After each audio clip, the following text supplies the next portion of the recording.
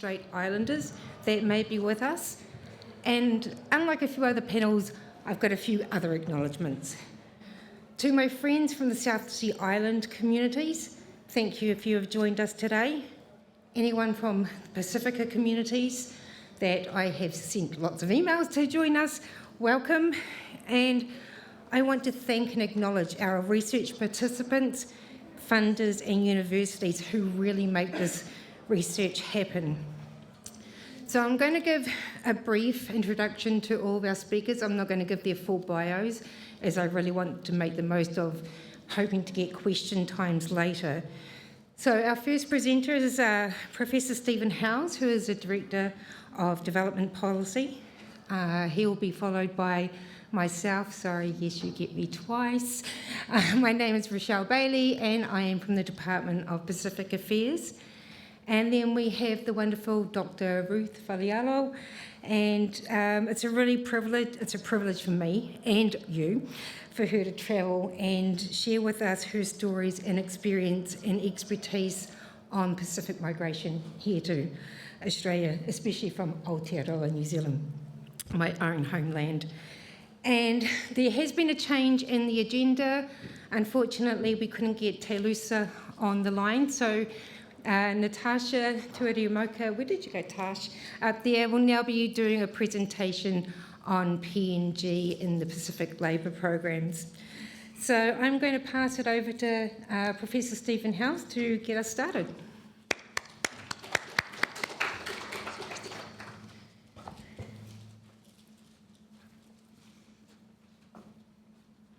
Well, good afternoon, everyone, and thanks very much for having me here.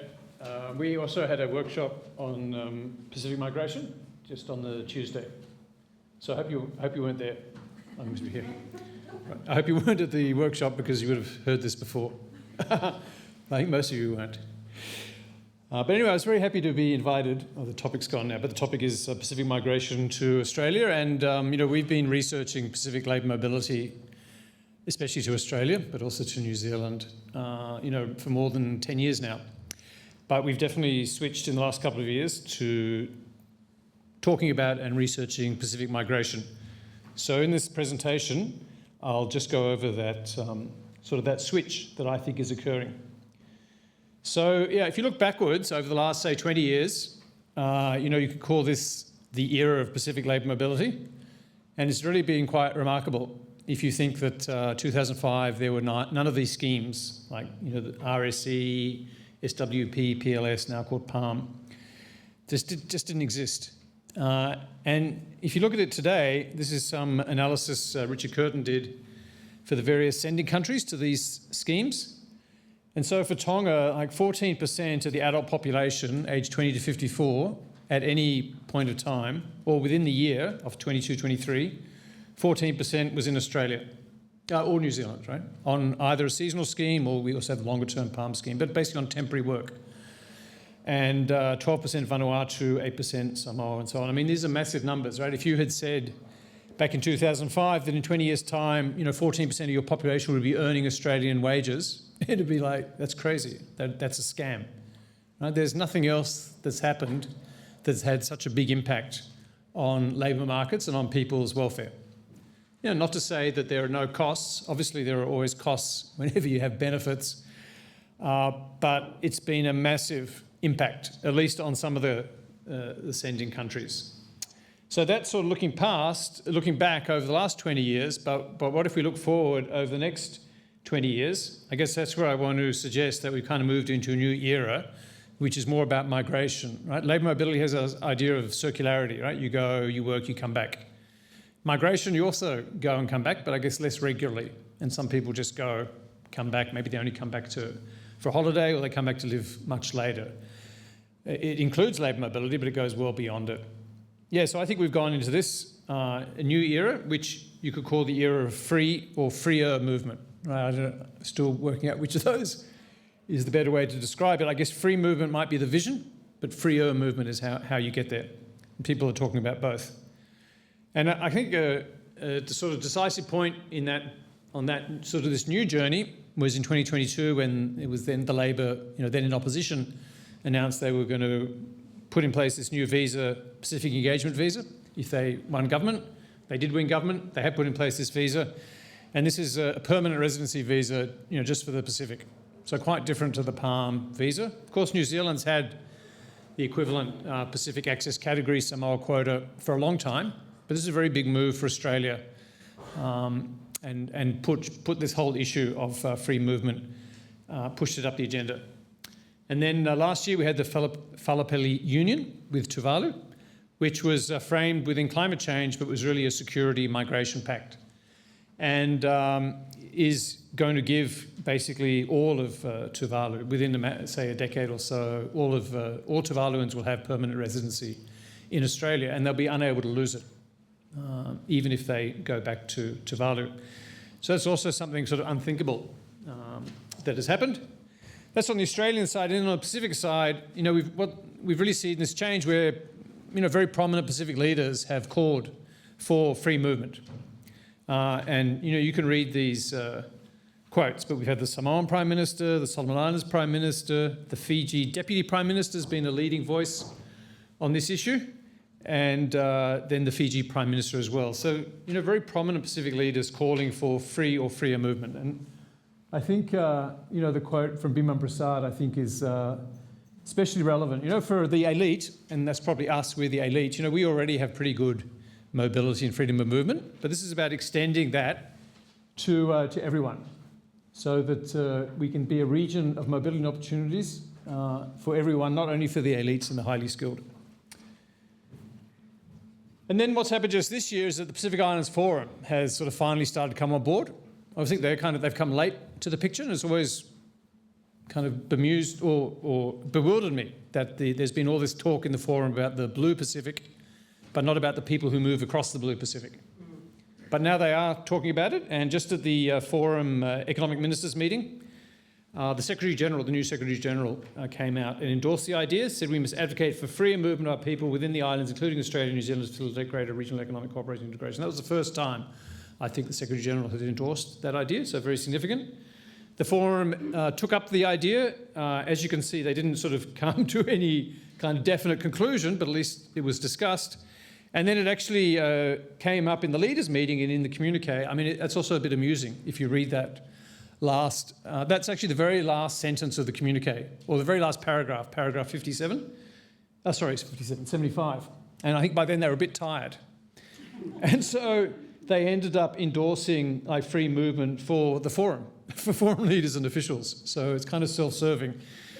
But at least the idea for the first time of free or freer movement did get on the agenda for the leaders' meeting. So why has this whole idea got on the agenda or moved up the agenda? It has been there for a long time, but why has it become so prominent now? I think one is just the experience with labour mobility. It is a kind of natural next step to go from temporary to start looking at permanent migration, although I think that's also one reason why people are cautious, right? Because they've seen such large movements coming through labour mobility, so they're a bit cautious about what this might involve. It's an idea that's been around for a long time, the kind of European Union vision. But, that's gone with a very strong EU and kind of a European Parliament. And that used to be the idea, right? We'd have a kind of Pacific Parliament with Pacific freedom of movement. But now I think people are just focusing on the freedom of movement rather than the political integration, which is probably unrealistic. So I think just singling out the free movement by itself, I think has made it a more powerful or palatable idea. Yeah, climate change has, I think, pushed the idea up the agenda. It's not like the solution to climate change is for everyone to leave, but it is an option, isn't it? You want to have options when you're facing severe risks. So climate change has helped. China, of course, has helped, because Australia now likes to talk about ourselves being part of the Pacific family. So if we're part of the family, let's open the door, right, to other family members. And this is something China can't offer. I think economic integration is something that's getting renewed attention. And, one of the things the Forum of Economic Ministers has been considering, although they still haven't released it, but they've got this roadmap for economic development, which has a strong focus on regional cooperation and integration. And when you think about cooperation and integration for the Pacific, you have to think about freedom of movement, right? And then finally, I think, a lot of other strategies have been tried. Like, we've tried a lot of aid. We've tried PACER Plus, new trade agreement. We had the Pacific Plan. A lot of things have tried, and frankly, they haven't really worked that well. And so I think people are looking for new approaches. Yeah, so all these things have come together and pushed this issue up the table. What is I'm not trademarking this. This is if you put R in brackets, sometimes it plays up. What is freer movement? It's a idea that is, it's quite general, which is an advantage, but also can be confusing. It's got really two quite distinct meanings. People can use the same term to talk about two quite different things. One is sort of easy travel. That if I'm a business person coming on a trip, I shouldn't have to get a visa. Or I should be able to get like a 5-year visa. It should be easy for people to get around. And not only business leaders, tourists, students, NGO leaders, political leaders. So that's a kind of easy travel interpretation. And the other one is preferential migration, that we will have particularly favourable arrangements for our neighbours. And not just to travel, but to work. So you can come in and you can work, without requiring a visa, or you have your own visa for the Pacific. So this is travel with work rights for permanent, not just temporary, but permanent or indefinite residency. So these are the two different ideas captured within the idea of freer movement. Oh, sorry, I'd fixed these actually somehow. This must be an Apple issue. I'm just guessing. But I also want to say it's not a utopian idea. People look at it and think, okay, this is crazy. But it's not, even within the Pacific, right? We can look at New Zealand, Australia, Cook Islands, Tokelau Niue. They all enjoy full freedom of movement, right? You can move anytime. At least, not necessarily Cook Islands, Tokelau Niue, but definitely to New Zealand, Australia. And between those two countries, you can move anytime and you can stay for as long as you want. You can take up any job you want. And that's, 4 members and 1 associate member of the forum. FSM, Palau and RMI enjoy unrestricted migration rights to the US. New Caledonia, French Polynesia, France, whatever other issues they have, and there are many, they do enjoy full freedom of movement. And then, most Pacific countries have this visa on arrival. Not Australia and New Zealand, but most do. So yeah, it's an idea that we've got something to build on within the Pacific. And then also if we look globally, I know that the image is, borders are hardening, everyone's worried about national security, it's getting harder and harder to migrate, but that's not true actually. And in fact, these kind of regional blocks are actually growing. So a recent economic survey said that regional agreements facilitating mobility have proliferated and now involve around 120 countries either at a bilateral or multilateral level. And there's a little list of them there. Of course, the EU is the most famous, right? But it's not the only one. And there's an example there of Mercosur. That involves 9 Latin American or South American countries. And you could basically migrate. It's not unrestricted, but you can go for 2 years. And you can work for 2 years. And then, if you get a job for 2 years that qualifies you for permanent residency, you can stay longer.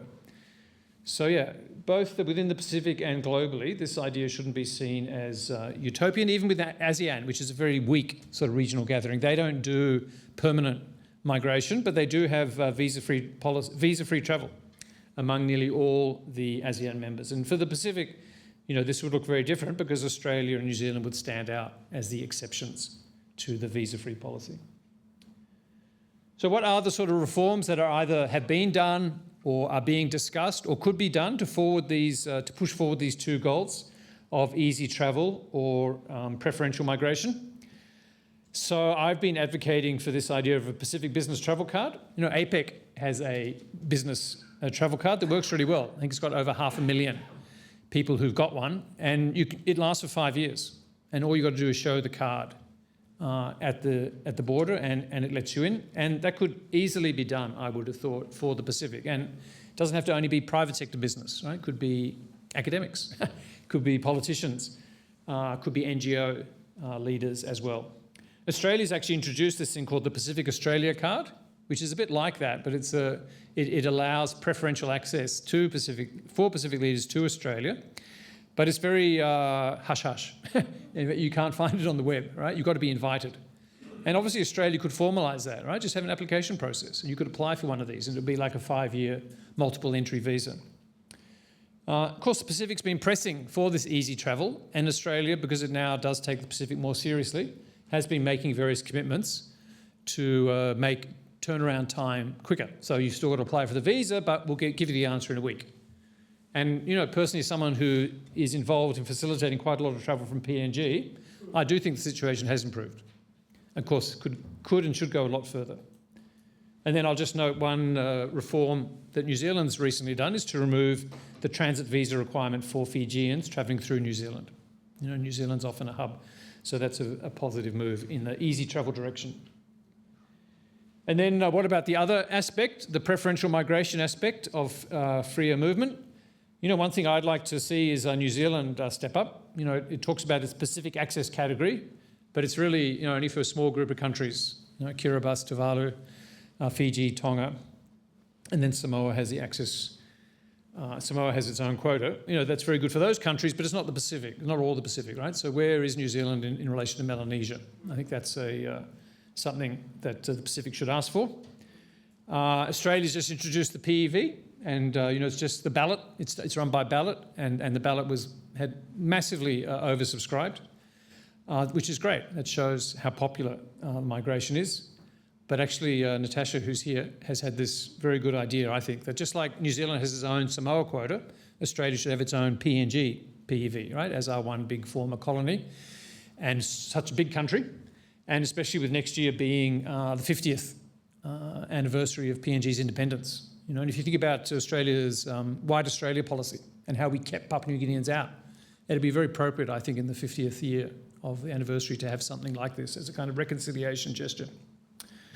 Of course, I've talked about Tuvalu and the Falapeli Union, and you know, this is something other countries could put their hands up for if they're interested.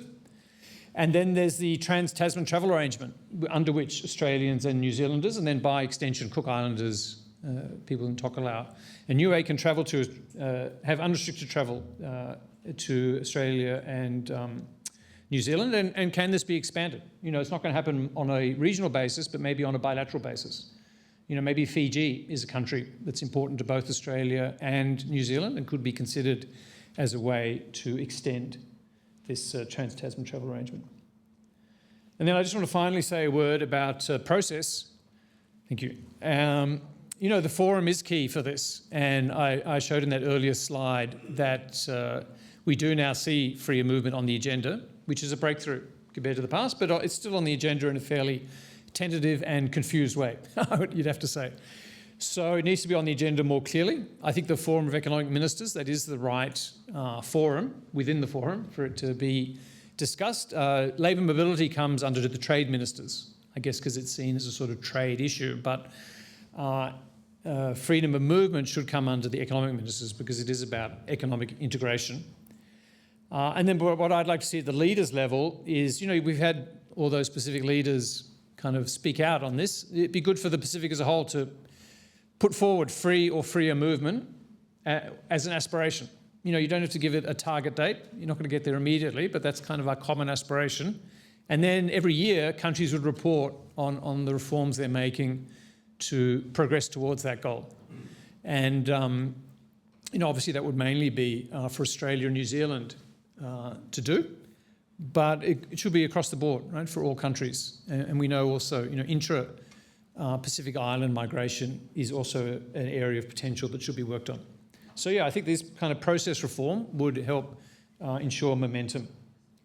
And then finally, you know, since we are a research gathering, I mean, I think today's discussion already reflects this. But in the past, certainly at our centre, in our work, you know, our focus has mainly been on labour mobility, evaluating these schemes, the PALM scheme, how much do people earn, you know, are the workers happy, what are the main problems they're facing, what's the feedback they give, and that's been very important because those schemes have grown so quickly. There's a lot of interest in them, and there's a lot of media interest as well. But yeah, just as the policy agenda has moved, we also need to move on beyond labour mobility to look at Pacific migration more generally. So certainly at our centre, we're trying to do now more studies of the Pacific diaspora.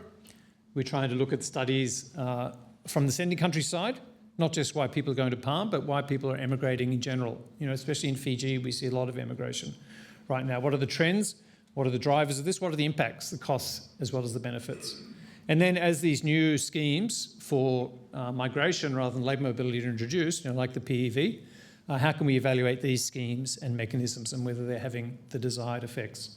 So yeah, I think it's a very exciting time, and look forward to seeing a lot of research in this, both in this session and then going forward. So thank you.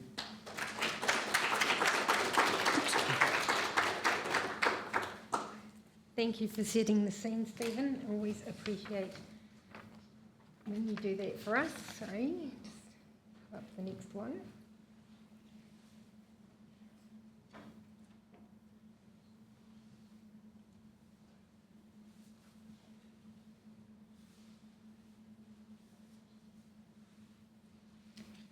Okay, so the next presentation, drop everything, is actually my presentation. So this research is actually based on my longitudinal study that's run from 2007 until today. So yes, I have been in with the RSC for a very long time. But this particular study that I'm presenting today revolves around Pete's story. So it was about the third week of RSC, and I was driving home some team leaders, and Pete's phone rang, and it was his 2-year-old son crying and begging for his dad to come home. It is something that has never, ever left my memory, right? So 12 years later, or maybe 13 seasons later, as Pete would say, I asked Pete to talk at the RSC conference and discuss him being away season after season and the impacts on that. And that resulted in a dinner that night with the Strengthening Seasonal Workers Family Program, who Pete is a co-founder of. And last year at the New Zealand RSE conference, they actually won Horticulture New Zealand's Industry Award for service for the wonderful work that they do, looking after seasonal workers, families and communities while workers are away. So at that dinner table, we were talking about our next steps in research. We've always collaborated in our research. None of my research is stemmed because I've had a fabulous idea. It's stemmed from, hey, Shell, let's do this. And that's the way that I like to operate. So I said to them, you know what, for years, I've heard about your children's experiences from either yourselves or community members. But what I'd like to do now is, most of these children are adults. I'd like to know their opinions. And there was about 30 people on the table, and immediately the parents are going, my child experienced this and my child, and then the older children went, hold on, that's not what we experienced. There were things that hadn't been necessarily discussed, and that is actually where this research came from. I really wanted to share the experiences of these children, but these children aren't just any children. Their parents have participated for over a decade. Most of the research participants are actually going into their 17th and 18th season this year. Also, the importance of education was always the number one driving factor. So I wanted to look at their educational achievements, but I also wanted to look at the new intergenerational migration that was also occurring. So most of this research happened in a whātei. It was done through individual and family discussions, and the conversations were largely driven by my research participants. I am not the clever one here, they are. And I know that some are online, so they'll appreciate hearing that. However, COVID-19 came and I couldn't do that research. And then a couple of years later, when I could get on the ground, Air Vanuatu had a different. They said, no, sorry, we're not travelling anymore to the island that I work on. But luckily, I've had all these years with my research participants, so we still made it happen in person and some via Zoom. So for those of you who don't know, I actually started working with just a small cohort for my master's project of 22 RSC workers. It was in Central Otago, and they were all men. 9 of these workers have participated for, as I said, coming into their 17th and 18th season this year. So the participants for the study were RSC workers, spouses, children, community members, and also adult children chiefs, and employment service unit staff, and also MPs. Sorry, I'm moving this laptop so I can't see anything. So this is just preliminary findings, because next month I'm giving a larger seminar on not just this cohort, but the wider cohort. So this is just this particular study. I recognise there's issues with limitations, unreliable memories and shared experiences, but we should not take those memories away from how they feel about these things, right? I also recognise the fact that all of these children call me auntie. So there are issues with that. They've grown up with me being their auntie, but it's also given me access to a lot of information that I don't think I would have got had I not had this long-term relationship. Overwhelmingly, they speak highly positive of all the benefits, especially in terms of their education. There haven't really been any real changes in relationships with family, friends, or community. Some say They've had more expectations put on them, though, because of the new status that they find in the community. They did talk about sadness, and in the past their parents have talked about their sickness. Well, there's been an absent family member. I think we would call that mental health concerns nowadays, but not necessarily spoken of then. And the worst times where this is exacerbated is usually during milestones, Christmases, custom ceremonies, public holidays, sometimes birthdays. Birthdays aren't always celebrated or even remembered, and daily life celebrations. And I think there's also this perceived idea that we always, and you hear it in the media, that mum and dad are gone, that's a really large impact. What about the aunties and uncles that are gone? A lot of Pacific people have their traditions passed down by aunties and uncles. So we've got to recognise that there's also another group in there where sometimes it's not that difficult having an absent parent member when you've got an auntie and uncle that's actually the one that is in charge of your care role. Sorry, I'm going over this off topic. Okay, so another thing that they mentioned was their houses became more populated. And this was twofold. One was because, you get more resources, you live closer to a school, or you can come and live with you, and you share those resources in the wealth, so you can send your extended family members to school. Another one was when a seasonal worker in this particular group goes away, usually the household is filled with a replacement member of the family to come and assist, so the children don't have the additional work, so the mother does get help. I know it doesn't happen all times, I acknowledge that in my other research, but in this case it does. There were debates around time with an absent parent. We're looking at quality or quantity of time. It was quite interesting with the much older children of RSC workers who remembered a time before the RSC and would say, Dad will go to New Caledonia, we wouldn't see him for 2 years, or he's gone to Santo or Port Vila and we never hear from him.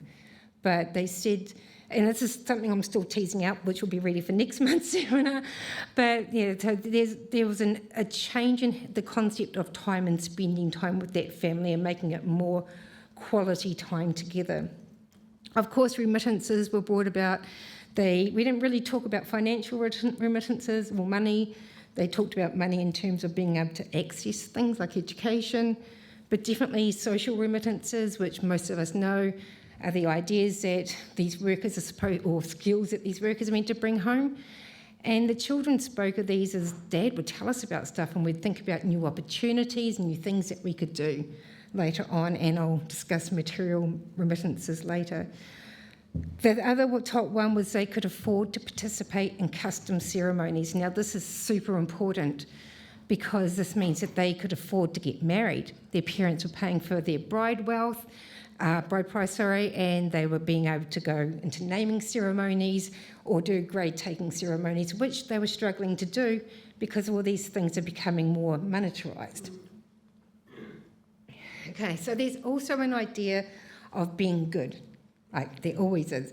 So there's obligations and expectations for the seasonal worker to be good, for the remaining spouse to be good and look after the household, and for children to be good. And that is reinforced messaging and extra pressure on the children. Even if you go to Vanuatu, even before RSC, you'll see signs at school saying good education equals good citizen. So this notion of being good is always being targeted. And one example I remember, we were at a church service and our pastor turned around and he addressed the children of seasonal workers and said, right, your parents are making sacrifices. They're going year after year after year. You need to be good at home, you need to be good at school, and you need to be good in the community. Gender disruptions. So international literature argues that when a wife stays at home, that's the better solution.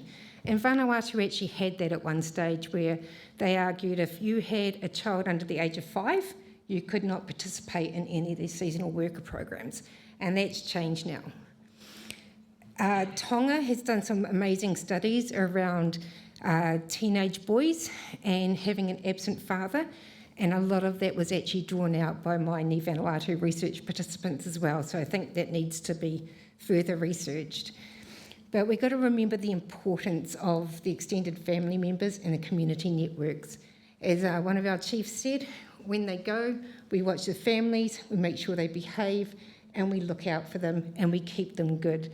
The word good will come up a lot. It's used a lot in Vanuatu. Being a transnational parent is not an easy thing to do, right? And early in the years of RSE, most of the workers could barely ring home twice a month if they were lucky. So they found that they couldn't make decisions in the household. They were going home, decisions were being made in the family unit and the community unit, and they were feeling disconnected.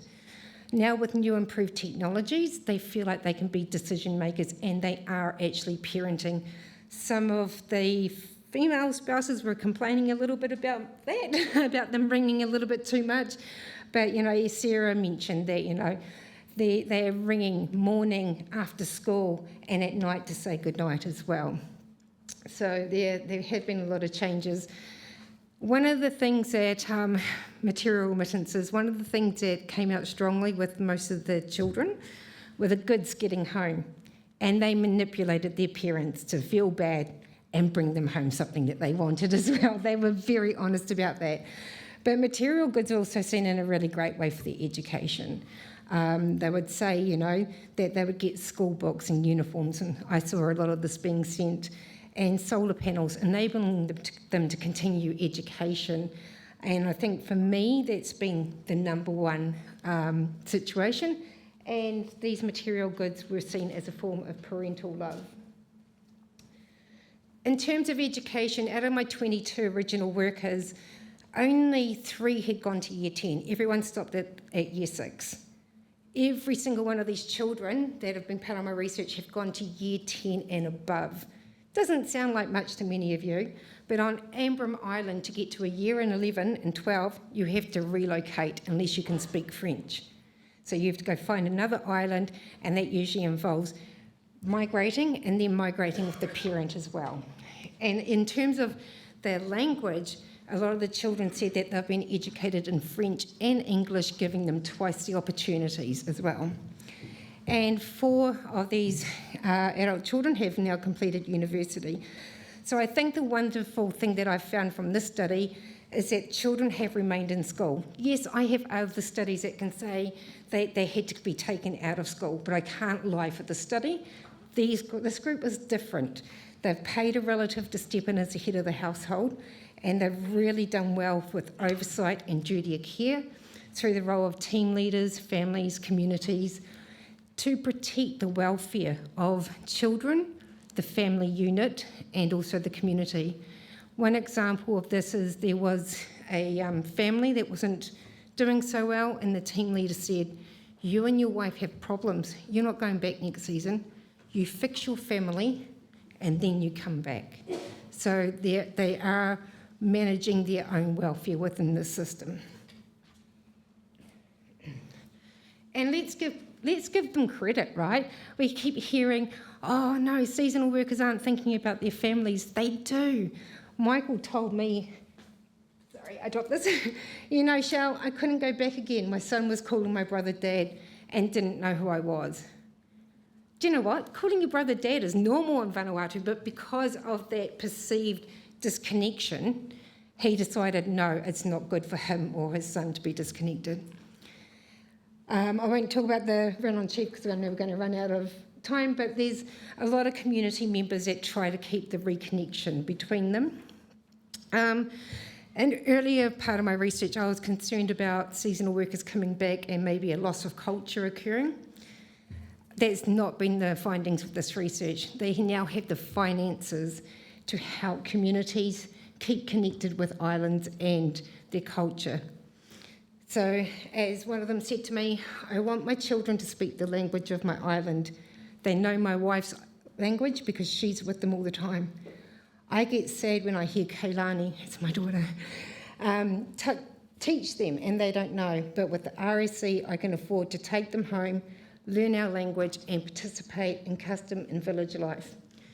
Now, this one I raised because that was central to most of the children when I discussed how that they could keep connected to their cultures. However, we are seeing intergenerational migration experiences. So their parents were seen as the pioneers of labour mobility, right? Day one. Day one from RSC, their parents have been involved, even in the pilot project beforehand. But these positive experiences and outcomes have been the reason for following their parents' footsteps. Currently, 10 of the 23 that I could interview are in either RSC or the SWP. And like their parents, I actually have 3 of these adult children that have done 10 seasons here in Australia. So we are seeing a lot of intergenerational migration. As James said to me, Auntie, you have seen, we have nowhere to go after school, just garden, cattle, talk to mas. I want to provide for a family, look after Dad the way he looked after us in New Zealand. Ben, me glad to mas, Dad can stop RSC, and now I can look after everyone. He gave me every year education and paid for my bride price. You know, I became a teacher in Vanuatu, but now I want land and a house, and to do that, I need to go to RSC and earn good money and be a good provider. Hear that word, good, yep. Just some conclusions. I'm not going to get into huge details because I do have a larger seminar on this later. This is preliminary findings. But participating has been highlighted as a positive and privileged role. This is evident in children also undertaking these Pacific cross-border labour schemes. There are unintended negative outcomes that have been highlighted that need further attention, and I've written about many of them, but you know, for once, can we not hear some good stuff that's going on? Seriously, there is great stuff, and there are great models to look at. And I know it doesn't seem achievable because these schemes have risen so hard, but there are good ways and people out there trying to do good to look after families and communities in these units. However, I struggled with this research because I did this one alongside some of my other research projects where I was seeing a lot of bad happening after COVID. So don't get me wrong, I don't have closed blinkers on at all. As one of my chiefs said to me that I've been working for a long time, when remittances weren't being received during COVID, and even today, families stopped looking after the child and putting them out. And by putting them out, they were putting them out on the street. This was the first time we had actually seen homeless children in Vanuatu. I'm not going to sugarcoat it. Some now take remittances and give the children nothing. This was not a problem in the past. But people are changing, and I'm very frightened for Vanuatu. Sorry, I remember he was crying when he was talking to me. But in partnership, we need to continue sharing the stories and provide a balance of both the positive and negative consequences while monitoring social impacts of these migration programs. And that's enough from me with early time. Yay! So I would like to invite up my sister Ruth now.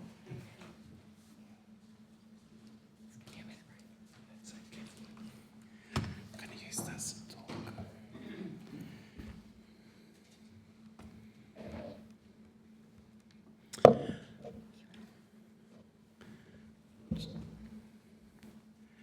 Māloi lele, ko kuingoa ko lute whaleolo. My name is Ruth Whaleolo, greetings, ni ilayu. Whakawhetai lahi ki he eiki. I hene tau puikina ki tau tolu ke tau mauha aho pehe. O lava ke tau whewahewahe aki. A ilo mo ngāhi mea ko tau wa usia I he Pacific. I first and foremost acknowledge our Creator God for blessing us with this day and for granting us the opportunity to connect and to share knowledge and experiences from the Pacific. I too acknowledge the traditional custodians of the country on which we gather today. I pay my respects to all elders past, present and emerging as they hold the memories, traditions and culture of this country. I also bring my family, my communities, my villages, and my research teams with me as I am an extension of them today. To the conference organisers, my fellow panel speakers and our wonderful hosts at ANU, Rochelle and her team, whakamālo lahi atu. I also pay my respects, whakatulou atu, to our Pacific knowledge holders, our elders, our chiefs, nobles and church community leaders that are usually in these spaces but not often acknowledged. Thank you all for your attendance and engaging with this panel and for hanging out so late.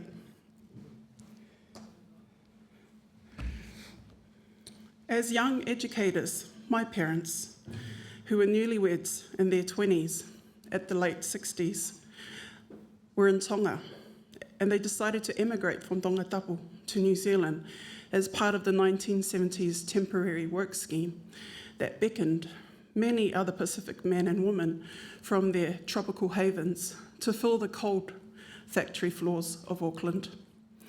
Not long after that, I was born, at the cusp of the most blatant racism enacted on Pacific peoples in New Zealand, through the dawn raids of Pacific families and their homes.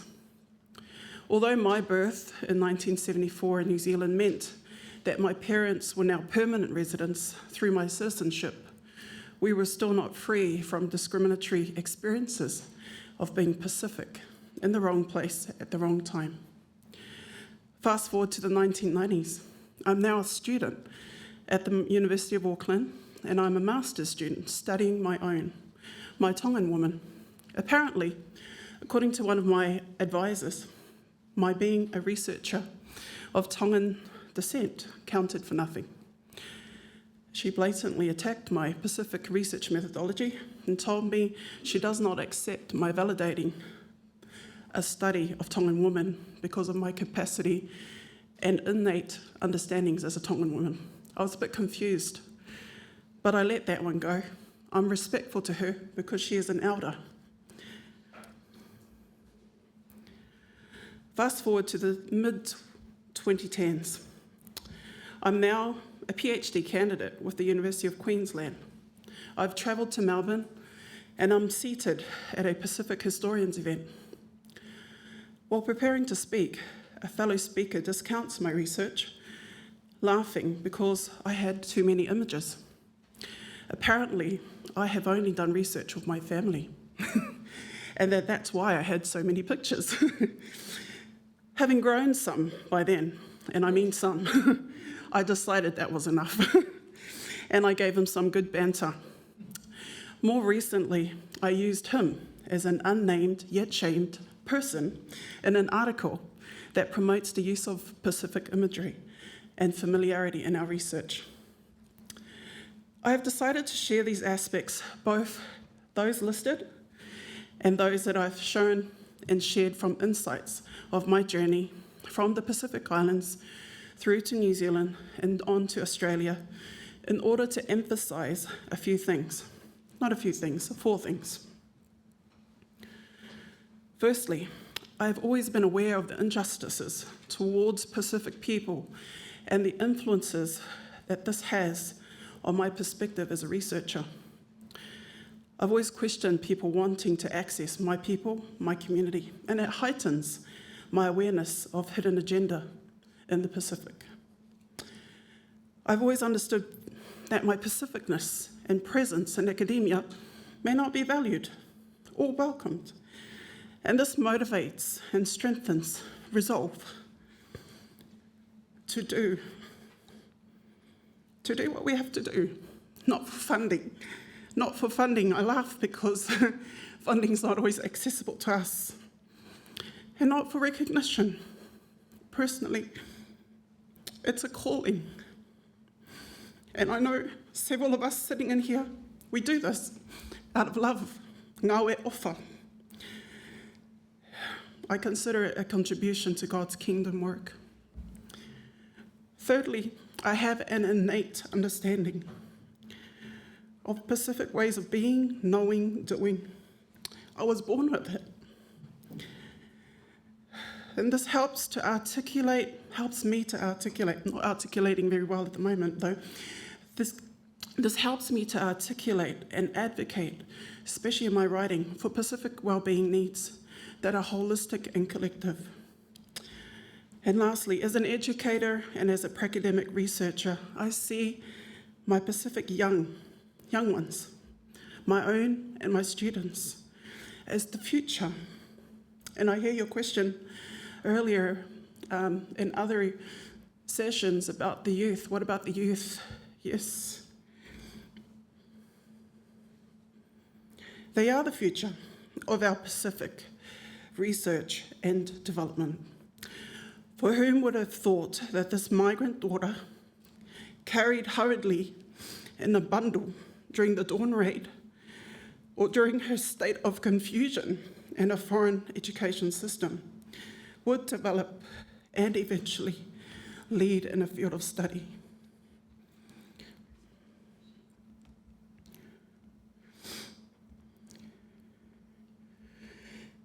Excuse me while I find my notes.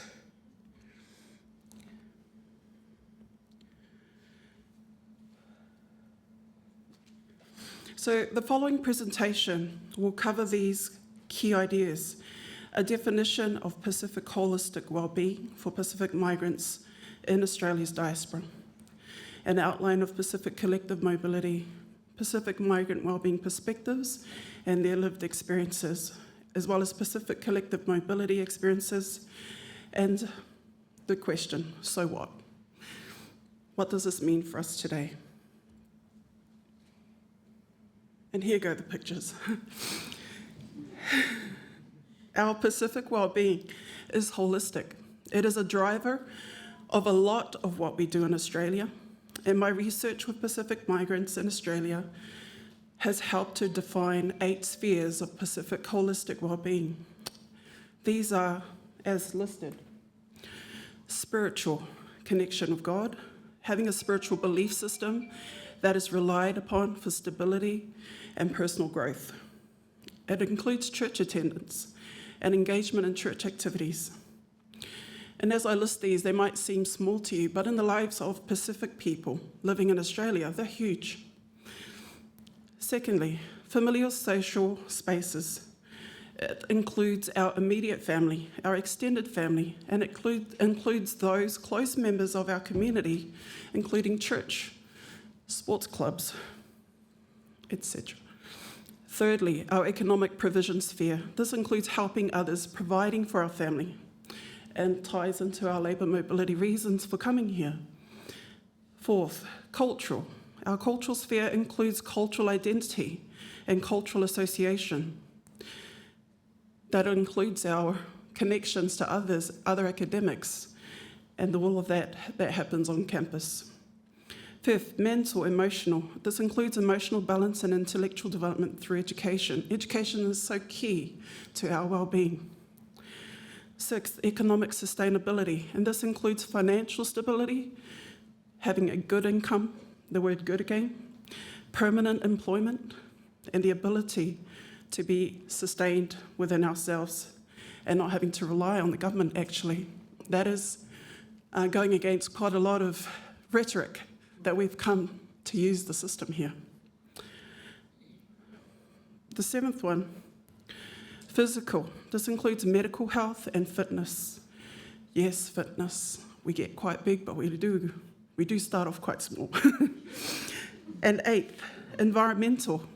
Includes climatic zones and local temperatures affecting lifestyle, including outdoor living and homegrown island foods. I've been to so many homes in Australia where the gardens at the front and the back is taro leaves, banana trees, things that will feed the family.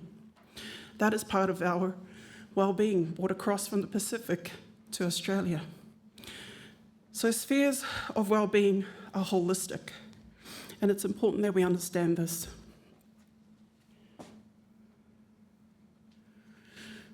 So our points of travel and settlement in diaspora have become an extended space considered as home by others in our family groups and village communities that are following.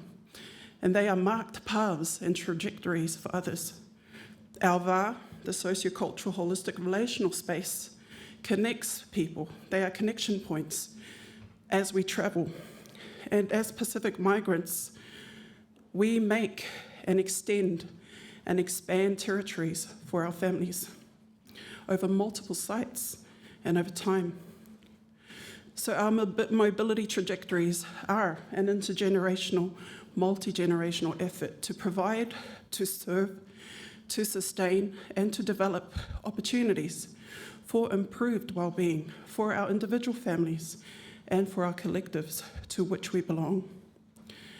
Our agency that is formed through collective networks in diaspora contexts is a form of love and service that is shared in the hopes of collective mobility. It's not a solo act. Our movements and that of our material culture, and you can see in this picture here, you know, the people are arriving with things from New Zealand that are probably already sold in the shops here, but it's just a form of love. It costs more to bring over, yeah. But that happens between our multiple sites, between Tonga, Samoa, New Zealand, Australia, and so forth. These material affirmations of love. So our movements and that of our material culture across multiple sites are circular, as you said, ongoing over tā, which is time and wā, strengthening and affirming our holistic affinity that often flows in tangible forms of regular visits to the elders, input of labour towards the maintenance of the land back home, the building of homes or seasonal shared accommodation as people come through to Australia, people group together and help them out before they go off into the regional areas. It looks like containers full of second-hand furniture that you don't need or want, but you send it back home and they use it, and they are blessed. They are blessed to have them, or they sell it on. It looks like collected funds or an individual's pay packet. It looks like the practical skills and expertise that we take back home. These collective connections are also maintained in non-tangible forms, such as sharing of knowledge and stories, and the intercessory prayers, which is huge in our communities. There is a reciprocity that is occurring constantly, and it maintains our connections to homelands.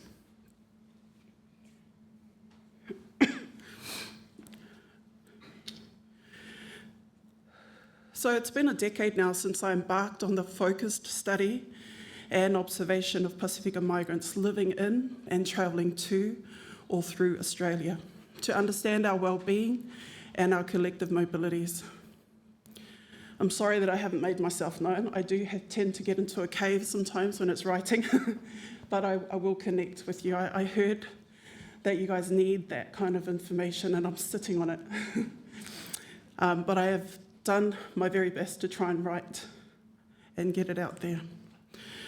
So the ongoing alignment of multiple projects with this single focus has helped to create a triangulation of numbers, narratives, and nuances to fully understand our Pacific migration movements, motivators, and meaning-making. These are some key wellbeing experiences that I have surmised here from several research projects carried out in Australia. So, like I said at the beginning, I'm not here by myself. I represent about 12 projects that people have asked me to come on board with them to do some work within our communities here in Australia. And they're in different spaces, church spaces, community, schools, etc. So I represent them, and some of the names that come to mind are the MPINQ, the PARC. There's so many of them that have come forward needing the same information, so I am representing them as well. And these are some key wellbeing experiences that are shown and captured in these photos here. So the top image shows a Mother's Day event hosted by a Pacific church that engaged mums from multi-denominations.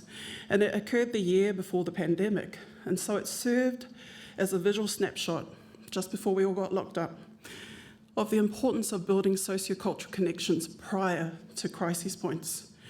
These same women maintained vital connections through prayer groups, coffee chat sessions online during the coming 2 years, and provided much needed advice, support for Pacific mums and their families. And so the solutions are in us. The second image captures a familial collective of Pacific and Māori landowners in Queensland, gathering for shade that afternoon, celebrating their collective efforts on the farm that they had purchased.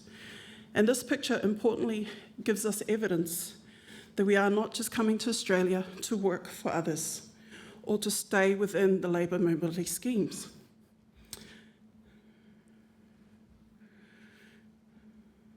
Now I've just lost my notes. Here we go. So we're not just here to work for others. You know, when the right opportunities present themselves to us and they are in alignment with our skills and our experiences and with our holistic collective values, we grab them and we do have the answers to move forward. So please make no mistake that we are here for good as part of the labour scheme. Maybe we will see different faces, but our intention is to progress beyond that. So Pacific mobility experiences in Australia are not isolated. They are a series of interconnected and interrelated developments that have occurred over time and space within and across collectives, and this includes our Trans-Tasman Pacific diaspora in Aotearoa and the Trans-Pacific connections that are maintained with island homelands. These connections have shaped and formed our identities through generational sense-making, and we carry that through to the present. In my collaborations with school groups, church groups, and community organisations, I've been able to capture evidence of how Pacific peoples naturally draw to one another and draw unto themselves. In the top image, you will see an example of this. Last Saturday, I took that photo in the Beenleigh Town Square, where a multicultural event, 2 years in running now, has been promoting diverse cultures, not just their own, the European cultures, Asian cultures, African cultures, as well as Pacific. And the interesting thing is this project or this event was brought about by Pacific students and Pacific teachers. We do have answers. The second image is a snapshot of the beginnings of the Māori Pacific Island Education Network that I mentioned. They held this meeting in 2021, straight after COVID, and have grown from the 30-odd members that you see here to 150. So there are many more stories that I could share with you, but it's important that we come back to the question that I had put forward at the start. So what? So we've just heard about all the things that we do. We are Pacific people that are holistic, we're collective, we have a being, knowing and doing that's quite unique to specific island groups, but we also share commonalities. And so what? You're sitting there going, so what? We've heard this before. You might have. Probably not from me though. So I could just give you the straight up answers to those questions. What are we going to do about it? What's the Australian government and policymakers going to do about this? How does this change social agencies that are working to serve our communities? Like I said, I'm not going to give the answers to that. That's for you to think about deeply. This requires you in your seat, or those listening in from Zoom, really think, what has Ruth just told us, and does this matter? And if it's true, what am I doing about it? What will I do about it? Is what I'm drafting as a policy actually going to make a difference? Or is it undermining the very lives that I seek to support? Does what I do actually acknowledge Pacific peoples that are not just seen as workers, pickers, packers, labourers? Do I acknowledge them as human with holistic needs? Do I even understand that their holistic nature and concept of Pacifica is important? How can I do better? I can see the time's up. Thank you. As a Pacific researcher living and working within Pacific communities and contexts, I'm not free from this reflexive activity either. I am required every day to do this. Every day I'm learning something different because as I take more time, I hear better, I see better. And I cannot assume that every other Pacific person is like me. So, I challenge you, will you join me? Thank you.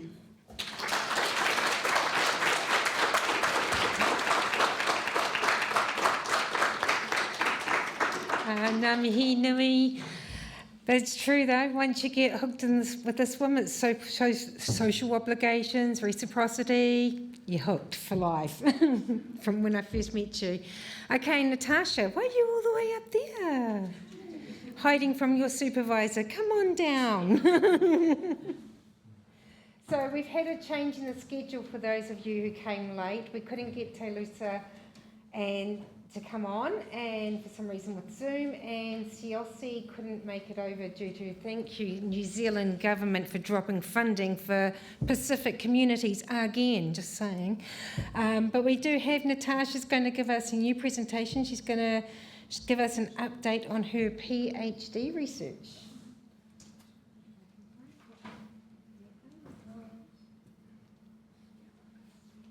It's coming. So thank you, Natasha, for stepping in last minute and presenting this.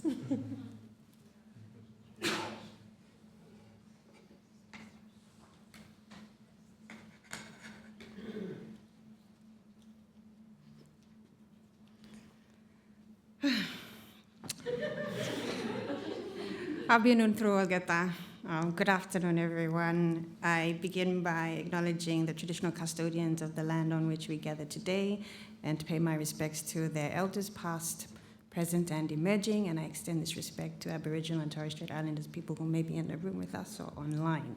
And welcome to everybody else here in the room. Thank you for sticking it out till this afternoon. I do appreciate it, and I hope that I don't... Well, actually, no, I do want to provoke you. But had I not presented this presentation already in Papua New Guinea, I would have been hesitant to do it today. And much of my preparation for this afternoon was for the panel around the ethics.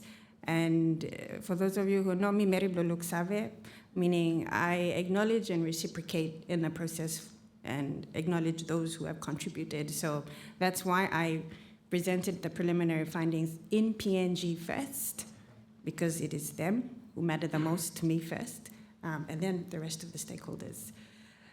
As a disclaimer, I will only be sharing a snapshot of the preliminary findings from my research, and I'm going to keep it to 15 minutes or even shorter. I am grounded in my identities as an independent Papua New Guinean researcher, field builder who has been involved in different spheres of labor mobility, not just in policy advice, but also in practice of decentralized recruitment. And so I draw from my professional and personal connections to the people and to the country that I come from in completing this PhD. The research is embedded in a theory of migration and governance under the position, or really position of migration, renowned migration scholar Graham Hugo, who asserts that only upon the conditions of effective governance between sending and receiving countries can triple wins be achieved.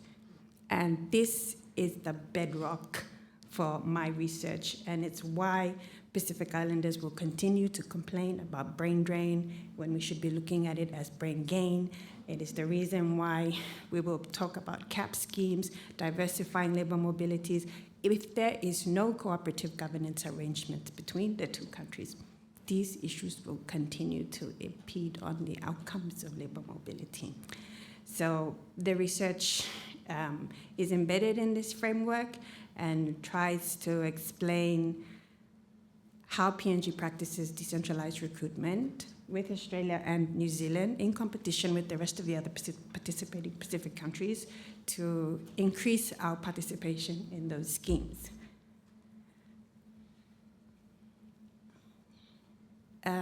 So I recently completed fieldwork in Australia, and I cover PALM, RSE, and all of the PNG stakeholders who are invested in labor mobility. So I have spoken to over 170 research participants covering each of the different spheres of stakeholders from governments across 3 countries, employers in RSE and PALM, people who have been engaged in the scheme, who are being re-engaged, and those who have applied including NGOs, some international organizations. So I tried to cover a wide spectrum of key stakeholders because I'm looking at cooperative governance arrangements, so not just governments.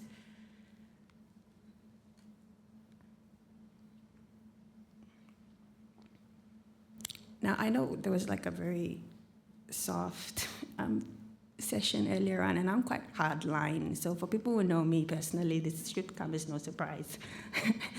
But the outline of my presentation really is just going to cover 3 main parts. Part A being PNG's labour mobility landscape in terms of our national trajectory, our regional ranking in PALM and RSC, how well is the decentralized recruitment model working in PNG so far, how it looks like, and the fact that it's not equitable.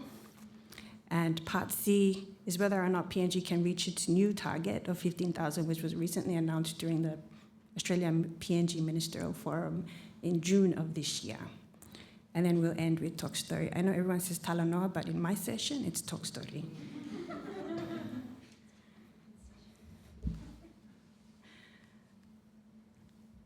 Okay, so I guess what makes PNG interesting is the fact that our labour mobility scheme is not managed out of Treasury, out of Labour, nor is it managed out of Foreign Affairs. In the beginning, in 2007, it was with Department of Foreign Affairs and Trade. It was transferred to Department of Labour in 2012, 2013, and up until 2019, we have implemented a decentralized model out of the Department of Treasury. Yes, we are unique. The point of this graph is really to show the growth of PNG's participation across both the schemes based on different administrative arrangements. So you can see there's an obvious spike in 2019 when we decentralized and Labour Mobility Unit was housed at the Department of Treasury.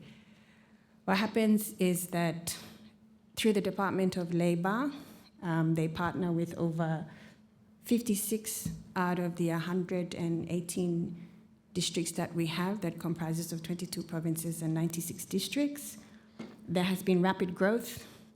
Over 75% of this growth has been attributed to decentralized arrangement. So you can see over 75%, 3,000. Mind you, these numbers are, they might be updated by now. This is only from the 30th of April of this year. According to the DIWA stock data, which is of total number of cohorts in Australia at the time that the data is taken, Papua New Guinea had, oh, I'm sorry, I didn't realize. Yeah. Sorry, so so you can see that in June of this year, we had a 200% increase from 66 was our number, nothing compared to Tonga, Samoa, Vanuatu, to 1,935 by end of June. This is stock data. And then more than 80% of our palm workers are under the long stream, predominantly in the abattoir industry, which is not unique. It's something that's felt across the region. How am I going for time?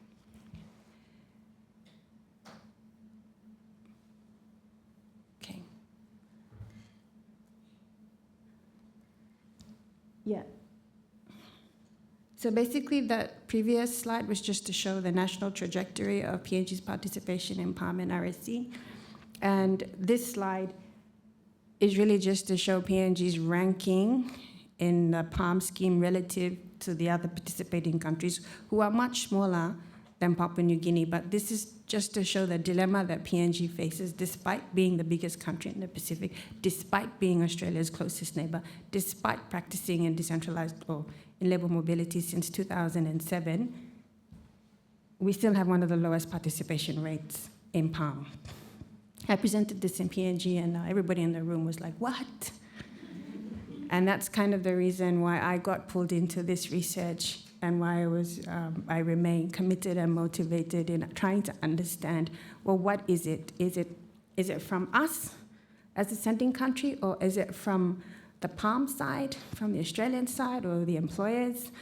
So these are the questions that drive me in this research and trying to understand why Papua New Guinea is still a low mobility country compared to other participating countries. So, I mean, I don't need to tell you what you can clearly, obviously see on the slide. For Papua New Guinea, we have less than 6% of the PALM scheme, so that as an indication that the employer's preference is still geared towards their traditional source countries, although there has been a new source country, so Fiji and Solomon Islands have now picked up in their participation.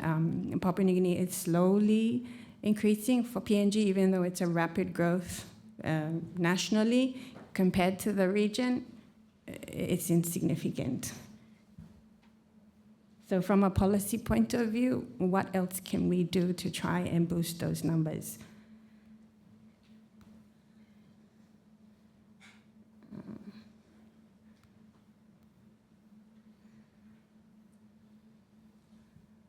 In terms of RSC, so this data is from the 1st of July 2023 to 30th of April. Again, you will notice that PNG is also a low mobility country.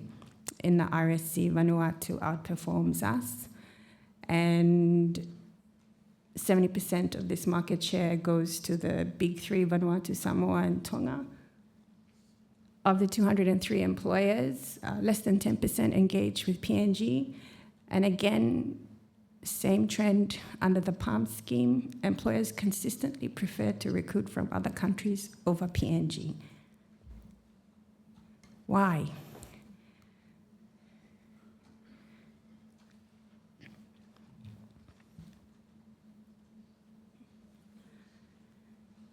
So how is PNG's decentralized recruitment working in terms of boosting our participation in both the PALM and RSC schemes? Our government made a commitment in 2019 to reach 8,000 by 2025. I think I've talked in great lengths with Dev Paul about trying to interpret those targets.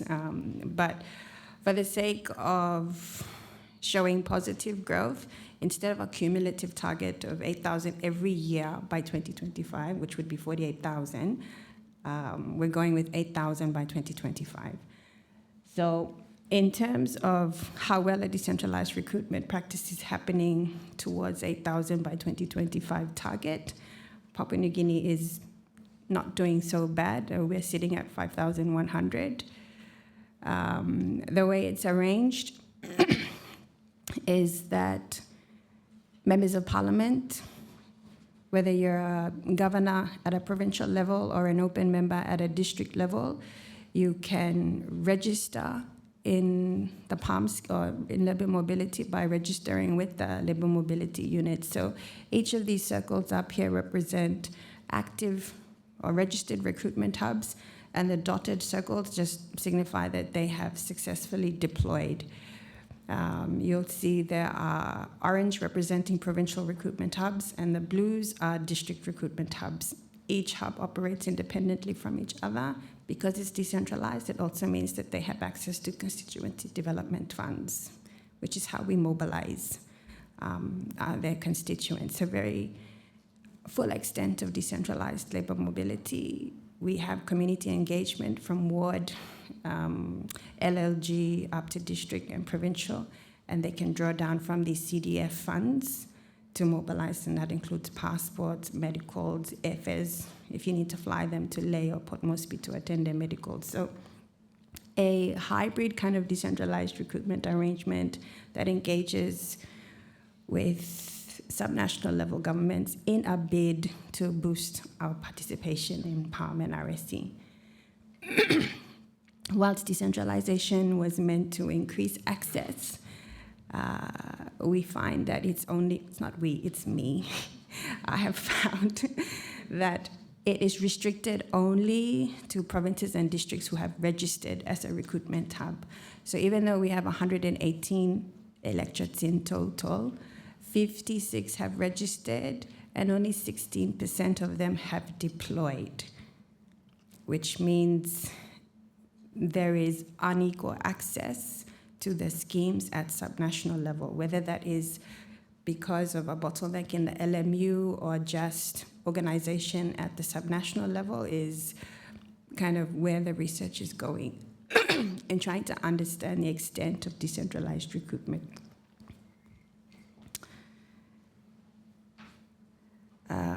There is lack of information within PNG as to how a province or district can register as a hub. There is lack of information about how people can go about expressing their expression of interest. And there is also a perception that the LMU practices preferential access. So very much like how you see in the region with some source countries dominating the scheme, you see the same happening in PNG with a few provinces and districts dominating. So we see the dynamics in the Pacific also happening within PNG itself. PNG has also received 32 million from the World Bank under the Labour Mobility Enhancing Project. It's yet to be seen how these funds will be dispensed to build the capacity. I think it's still ongoing, but that's an additional arrangement within the way Papua New Guinea practices recruitment.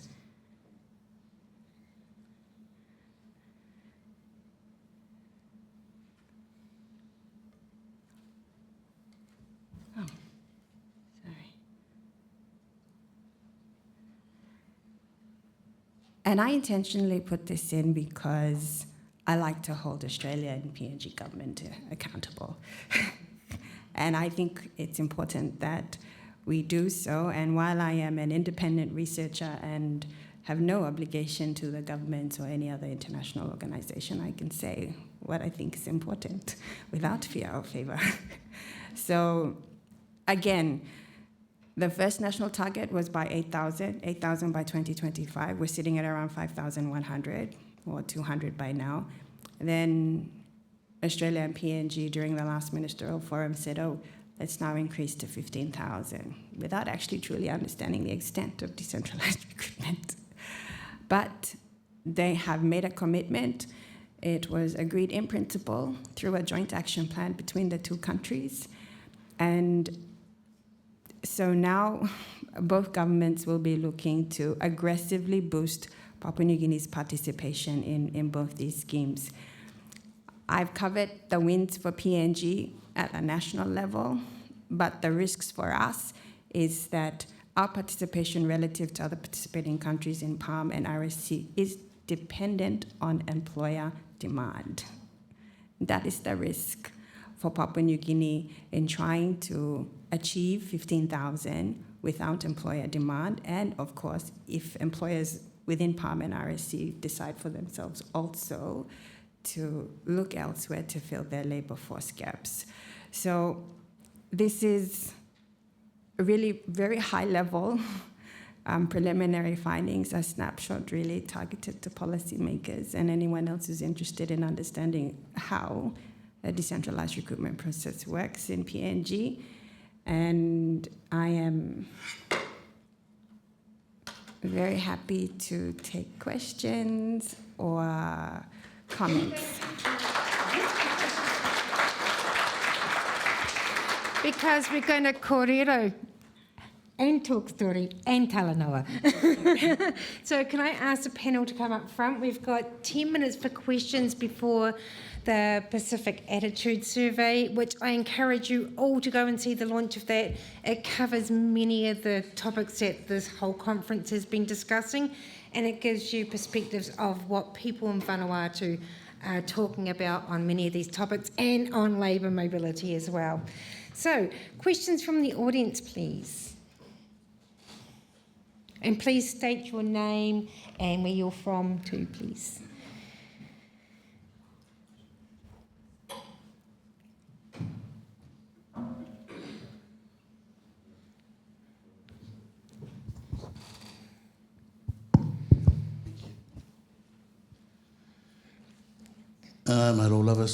My name is Moses. I'm from Vic Uni. I'm a gang researcher, so I'm completely out of field here, but it's still an interesting topic to me, nevertheless. I just wanted to commend the presentations and the presenters. Thank you so much for the material that you put together, the energies and the efforts, as well as the information you shared today. O e mo moa lava ngā momole atu le alofa ma le nganga whawhitai lo sunga for mai roof whare olo. Ma alo lava le whalonga, ma alo lava le whasoa, alo whatu ia oe ma lawa inga. Thank you so much, ma lawa pito. Also, congratulations to you, Stephen, Rochelle, and Natasha for filling in. Thank you so much for stepping in at short notice. Rochelle, I love those stories of those narratives, particularly those impactful stories, particularly from sometimes a voice that's never hardly heard of, and those children will be appreciative in terms of you exposing some of those things that you've come across already. Really grateful to you, Natasha, because I was about to ask this question to Stephen. I'm grateful for you, Natasha, because you've actually broken down specifically the Pacific classification, label, whatever you want to call it, or categorization. So thank you, because now I can actually connect to my nation, which is Samoa, and it's been mentioned in your slides. Now I know where they fit, where they are. So Stephen, I'm not a fan of graphs or anything like that. I'm not really quantitative as well too. So I was going to ask you, Steve, in terms of your material there, which was you talked about movement and you talked about Pacific, which is a real generic label. And I was just trying to listen out for where Tonga is, where Samoa is. In fact, where's Melanesia and where's Micronesia? Probably too hard to figure that out right now, but I'm pretty sure you have the answer.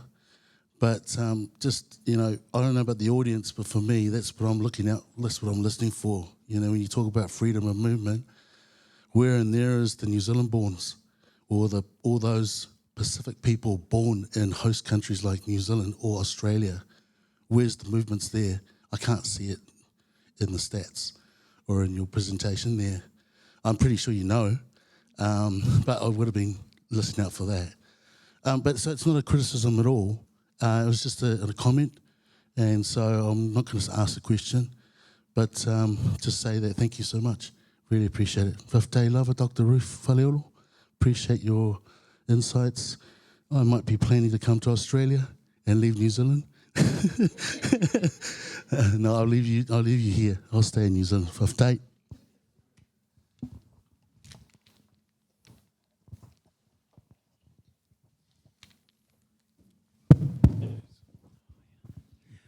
I thought I'll just quickly respond to our brother here. I am actually married to Mose's first cousin, Tom Whaleolo, and it was the first time I met him physically yesterday. So it was a pleasure to meet you, brother, and family. Yeah, come join us in Queensland. Well, thank you. Well, even though you didn't ask a question, but I'm going to answer it. So, yeah, we've actually done a lot of work on the Pacific diaspora here in Australia. And it is small, of course, especially compared to New Zealand, but it is growing. Like it's doubled, say, between 2006 and 21. It's every 5 years, the census. So, it's still only about 1.3% of the population. So it's still small, but, it's doubled in that 15 years. So growing rapidly. And in terms of composition, we've done a lot of work on that. And it is, the diaspora from Samoa, Tonga, Fiji really dominates. And it's really, PNG, Solomon Islands, Vanuatu that is we don't see. And if there's some amazing statistics. In fact, if you look at people, you have to look at people by their heritage. You look at people who identify as Cook Islanders. There are more Cook Islanders in Australia than Papua New Guineans, right?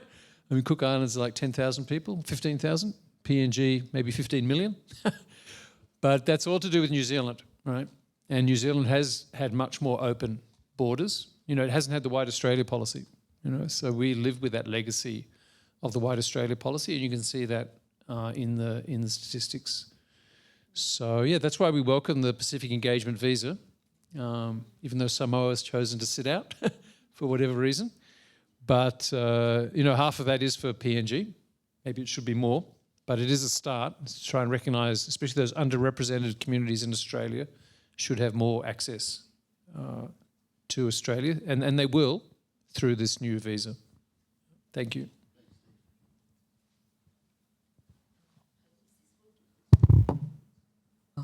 Yes, my name is Mosmi Bhim. I'm from Fiji National University. So recently in Fiji, there has been stories coming out, and also the government agencies have also talked about the negative effects of such short-term schemes, because families, to benefit from what they think they'll earn probably a high amount of wage, because the minimum wage in Fiji is very low, $4 an hour. So when they see these opportunities to go overseas and work, they think it's a good opportunity to make money. But they leave their children behind in kind of unstable circumstances. And now parents, they have found that when both parents sometimes go, and it is creating a fertile environment for child abuse, child neglect and child sexual abuse. In the recent statistics now, almost every week we have cases of child sexual abuse in Fiji, domestic violence, rape. Fiji is a high rate of sexual violence, despite us having no guns available to our citizens. And and of course they're thinking of tightening the laws, charging parents with neglect, and they have been looking at aspects of making sure that at least one parent is here and not both parents have gone away to just schemes. So I guess maybe if there was a holistic visa where people could come with their families for 1 or 2 years, maybe that might be prevent that sort of incidents. Yeah, certainly. Thank you. Yeah, well, I'll just mention one thing, that actually the Labor government, when they came to power in 22, that was one of the reforms they promised, that for the long-term PALM, so PALM is divided up into two. There's the short-term seasonal workers and then the long-term, which is for 4 years. Yeah, short-term, like you're only coming for 6 months, probably doesn't make sense to bring your family and all your kids, right? I can see that's not really practical. But for the 4-year visa, they've said it should be with families, And they're now piloting that. I think Fiji might be participating in the pilot, actually. But it is going very slowly. I think we should be calling on the government to implement that more quickly. But at least it is their policy, actually, to leave it up to the families to decide. Am I going to bring the whole family, or am I going to come by myself? And I think that's it's the human right of the family to decide that. It's a good reform. It should be implemented quickly. It is a human right, but it's also another expense. And the Australian government have been very responsive in thinking about how to make sure the welfare of the family when they do come for the pilot project is taken care of, and that's been written about a lot. We'll take one more question, but then we have to go to the next session. This one, sorry. If you have any other questions, please don't hesitate to reach out to us later. Hi, my name's Caitlin. I work for Michael McCormack.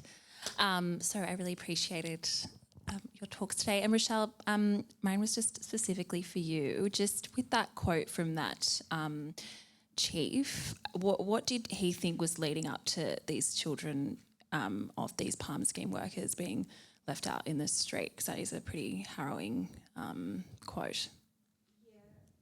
Because of what he observed, and not only did he say it, but it was actually backed up, and I know that the ESU were listening to us today. It was actually backed up by Employment Service Unit staff that they had been seeing it too. Like they've even put social welfare people into the ESU because they're also dealing with it. And I said I could write a different paper, but not in this particular case study, but I wanted to bring that challenge in because that's what's happening. So he's just arguing there's a change of time. Everyone was chasing the dollar wasn't available. He was basically saying our job protections are gone since COVID. And he did basically argue COVID was the main issue, and people weren't trusting in going into the tourism industry again in case something else happened, so everyone was looking to going. But again, that's just one chief's view, but as I said, also backed up by ESU.